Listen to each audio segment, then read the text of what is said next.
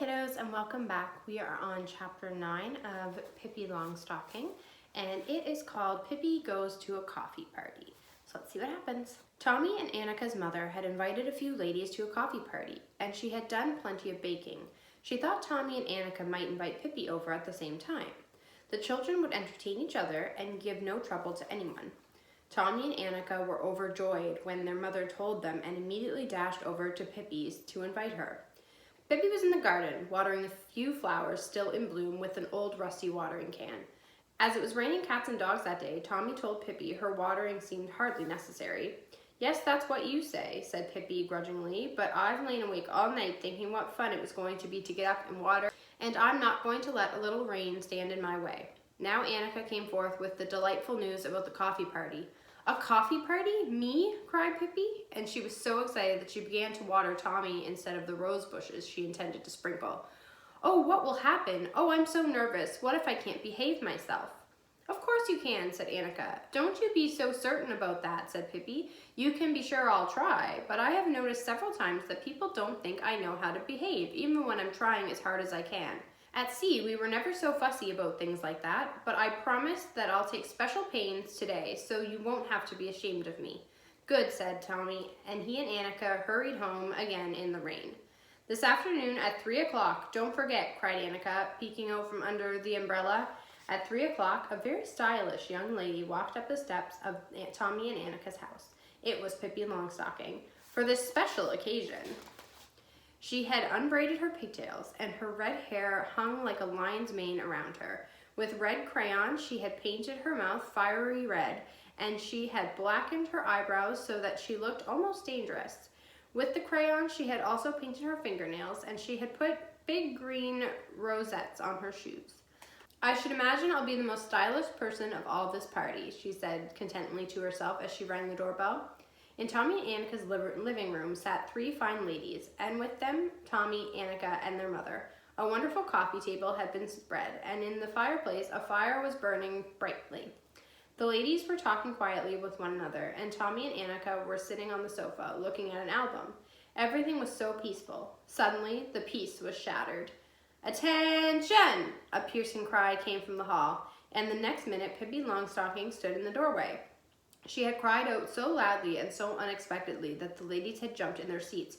"Forward march!" came the next command. There's Pippi all dressed up for her party.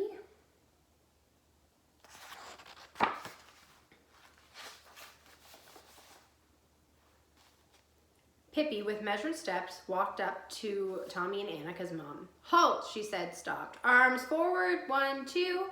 She cried, and with both hands gripped Tommy and Annika's mother's hand and shook it heartily. "Knees bent," she shrieked and curtsied. Then she smiled at everyone in the room and said in her ordinary voice, "You see, I am really very shy, so if I didn't give myself some commands, I'd just stand in the hall and not dare to come in." Then she rushed up to the other ladies and kissed them on the cheek. "Charming, charming, upon my honor," she said, for she had once heard a stylish gentleman say that to a lady. Then she sat down in the best chair she could find. It had been intended that the children would have their party up in Tommy and Annika's room, but Pippi stayed calmly in her chair, slapped herself on the knee, and said, looking at the coffee table, "That certainly looks good. When do we begin?" At that moment, Ella, the maid, came in with the coffee pot. "Please come and have some coffee." "First," cried Pippi, and she was up by the table in 2 skips. She heaped as many cakes as she could onto a plate, threw 5 lumps of sugar into a coffee cup, emptied half the cream pitcher into her cup, and went back to her chair with her lute, even before the ladies had reached the table.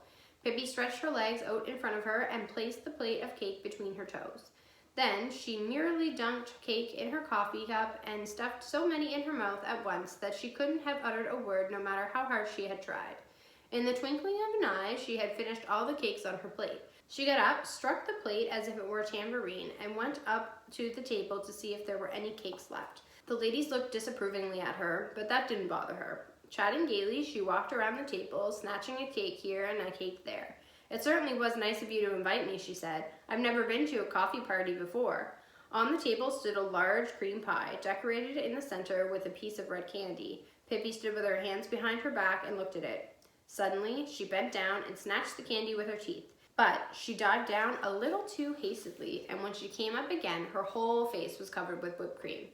"Goody," laughed Pippi. "Now we can play blind man's bluff, for we've certainly got a blind man all made to order. I can't see a thing." She stuck out her tongue and licked away the cream. "This was indeed a dreadful accident," she said, "and the pie's all ruined now anyway, so I may as well eat it up at once." She dug into it with the pie server, and in a few minutes the whole pie had disappeared. Pippi patted her stomach contentedly. Tommy and Annika's mother had gone out into the kitchen, so she knew nothing about the accident to the cream pie. But the other ladies looked very sternly at Pippi. No doubt they would have liked a little pie too. Pippi noticed that they looked disappointedly and decided to cheer them up. "Now you mustn't feel bad about such a little accident," she said comfortingly. "The main thing is that we have our health, and at a coffee party you should have fun." She then picked up a sugar bowl and tipped all the lumps of sugar out onto the floor. "Well, my goodness," she cried, "now look what I've done. How could I make such a mistake? I thought this was granulated sugar. Bad luck seems to be following me today." Thereupon, she took a sugar spoon out of another bowl and began to sprinkle granulated sugar all over the floor. "I hope you notice," she said, "that this is the kind of sugar you sprinkle on things, so it's perfectly all right for me to do this. Because why would there be any kind of sugar to sprinkle on things if somebody didn't go ahead and sprinkle it? That's what I'd like to know. Have you ever noticed what fun it is to walk on a floor that has had sugar sprinkled all over it?" she asked the ladies. "Of course, it's even more fun when you're barefoot," she added as she pulled off her shoes and stockings. "You ought to give it a try too, because nothing's more fun, believe me." At that moment, Tommy and Annika's mother came in, and when she saw the sugar all over the floor, she took Pippi firmly by the arm and led her over to the sofa to Tommy and Annika. Then she went over to the ladies and invited them to have more coffee. That the cream pie had disappeared only made her happy, because she thought that the ladies had liked it so much that they had eaten it all. Pippi, Tommy, and Annika sat talking quietly on the sofa. The fire crackled on the hearth. The ladies drank their coffee, and all was quiet and peaceful again. And as so often happens at coffee parties, the ladies began to talk about their servant problems. Apparently, they had not been able to get very good servants, for they were not at all satisfied with them, and they agreed that it really was better not to have any servants at all. It was much more satisfactory to do things yourself, because then you at least knew things were done right. Pippi sat on the sofa listening, and after the ladies had been talking a while, she said, "Once my grandmother had a servant named Malin. She had weird feet, but otherwise there was nothing wrong with her. The only annoying thing was that as soon as company came, she would rush at them and bite their legs, and bark. Oh, how she would bark. You could hear it all through the neighborhood, but it was only because she was playful. Only, of course, strangers didn't always understand that. The dean's wife, an elderly woman, came to see grandmother once soon after Malin first came, and when Malin came dashing at her and bit her in the ankle, the dean's wife screamed so loudly that it scared Malin, so that her teeth clamped tighter, and she couldn't get them apart. There she sat, stuck to the dean's wife's ankle until Friday, and grandmother had to peel the potatoes herself, but at least it was done well. She peeled so well that when she was done, there was no potatoes left, only peelings. But after that Friday, the dean's wife never came to call on grandmother again. She just never could take a joke, and poor Malin, who was always so good-natured and happy, thought for the matter she was a little touchy at times. There's no denying that. Once when grandmother poked a fork in her ear, she howled all day. Pippi looked around and smiled pleasantly. "Yes, that was Malin for you," she said, and twiddled her thumbs. The ladies acted as if they had heard nothing. They continued to talk. "If my Rosa would only clean," said Mrs. Bergeron, "then maybe I could keep her, but she's a regular pig." "Say, you ought to have seen Malin," Pippi interrupted. "Malin was so outrageously dirty that it was a joy to see her," grandmother said. For the longest time, grandmother thought she had a very dark complexion, but honest and true, it was nothing but dirt that would wash off. And once at a bazaar at the city hotel, she got first prize for the dirt under her nails. "Mercy me, how dirty that girl was," said Pippi happily. Tommy and Annika's mother looked at her sternly. "Can you imagine," said Miss Granbrook.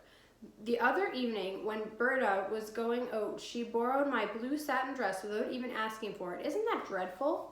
"Yes, indeed," said Pippi. "She certainly seems to be cut from the same piece of cloth as Malin, from what you say. Grandmother had a pink undershirt that she was specially fond of. But the worst of it was that Malin liked it too, and every morning grandmother and Malin argued about who was to wear the undershirt. At last they decided it would be fair to take turns and each wear it every other day. But imagine how tricky Malin could be. Sometimes she'd come running in when it wasn't her turn at all and say, 'No mashed turnip today if I can't wear the pink woolen undershirt.' Well, what was grandmother to do? Mashed turnip was her favorite dish. There was nothing for it but to give Malin the shirt. As soon as Malin got the shirt, she went out into the kitchen, as nice as she could be, and began the mashed turnip so that it spattered all over the walls. There was silence for a little while, and then Mrs. Alexanderson said, "I'm not absolutely certain, but I strongly suspect that my hold is Steele's. In fact, I've noticed that things disappear." "Malin," began Pippi, but Tommy and Annika's mother interrupted. "Children," she said decidedly, "go up to the nursery immediately." "Yes, but I was only going to tell you that Malin stole too," said Pippi, "like a raven, everything she could lay her hands on. She used to get up in the middle of the night and steal, otherwise she couldn't sleep well," she said. "Once she stole grandmother's piano and tucked it into her own top bureau drawer. She was very clever with her hands," grandmother said. Tommy and Annika took hold of Pippi and pulled her out of the room and up the stairs. The ladies began on their third cup of coffee. And Tommy and Annika's mother said, "It's not that I want to complain about my Ella, but she does break the china." A redhead appeared over the stair rails. "Speaking of Malin," said Pippi, "maybe you are wondering if she used to break any china. Well, she did. She set apart one day a week just to break china. It was Tuesday. Grandmother said as early as 5 o'clock on Tuesday morning, you could hear this jewel of a maid in the kitchen breaking china. She began with the coffee cups and glasses and little things like that, and then went on to the soup bowls and dinner plates, and she finished up with the platters. There was such a crash bang in the kitchen all morning that it was a joy to hear it," grandmother said, "and if Malin had any spare time late in the afternoon, she would go into the drawing rooms with a little hammer and knock down the antiques, East Indian plates that were hanging on the wall. Grandmother bought new china every Wednesday," said Pippi, and disappeared up the stairs as quickly as a jack-in-the-box. But now Tommy and Annika's mother's patience had come to an end.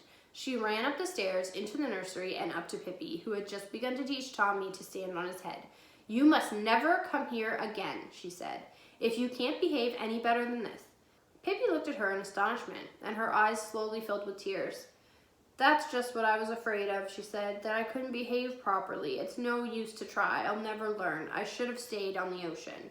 She curtsied and said goodbye to Tommy and Annika and went slowly down the stairs. The ladies were now getting ready to go home too. Pippi sat down in the hall near the shelf where rubbers were kept and watched the ladies putting on their hats and coats. "Too bad you don't like your maids," she said. "You should have had one like Malin. Grandmother always said there was nobody like her. Imagine. One Christmas, when Malin was going to serve a little roast pig, do you know what she did? She had read in a cookbook that the roast pig must be served with frilled papers in the ears and an apple in its mouth. But poor Malin didn't understand that it was the pig who was supposed to have the apple. You should have seen her when she came in on Christmas Eve with her best apron on and a big Graventine apple in her mouth. 'Oh, Malin, you're crazy,' grandmother said to her, and Malin couldn't say a word in her own defense. She could only wiggle her ears until the frilled papers rustled. To be sure, she tried to say something, but it just sounded like blah, blah, blah, blah. And of course, she couldn't bite people on the leg as she usually did, and it would be a day when there was a lot of company. Poor little Malin, it wasn't a very happy Christmas Eve for her," she said Pippi sadly. The ladies were now dressed and said their last goodbyes to Tommy and Annika's mother, and Pippi ran up to her and whispered, "Forgive me, because I couldn't behave myself. Goodbye." Then she put on her large hat and followed the ladies. Outside the gate, their ways parted. Pippi went towards Villa Villacula and the ladies in the other direction. When they had gone a little way, they heard someone panting behind them. It was Pippi who had come running back. You can imagine that grandmother mourned when she lost Malin. Just think, one Tuesday morning when Malin had had time to break only about a dozen teacups, she ran away and went to sea, and grandmother had to break the china herself that day. She wasn't used to it, poor thing, and she got blisters all over her hands. She never saw Malin again, and that was a shame because she was such an excellent maid, grandmother said. Pippi left and the ladies hurried on, but when they had gone a couple 100 feet, they heard Pippi from far off yelling at the top of her lungs, "She never swept under the beds!" And that's the end of chapter 9. What do you think? Was Pippi telling another lie, or did her grandmother really have a servant? We'll never really know, I guess. Our next chapter is chapter 10, and it is called Pippi Acts as a Lifesaver. We only have 2 more chapters left, so come back next time and we'll see what happens. Bye.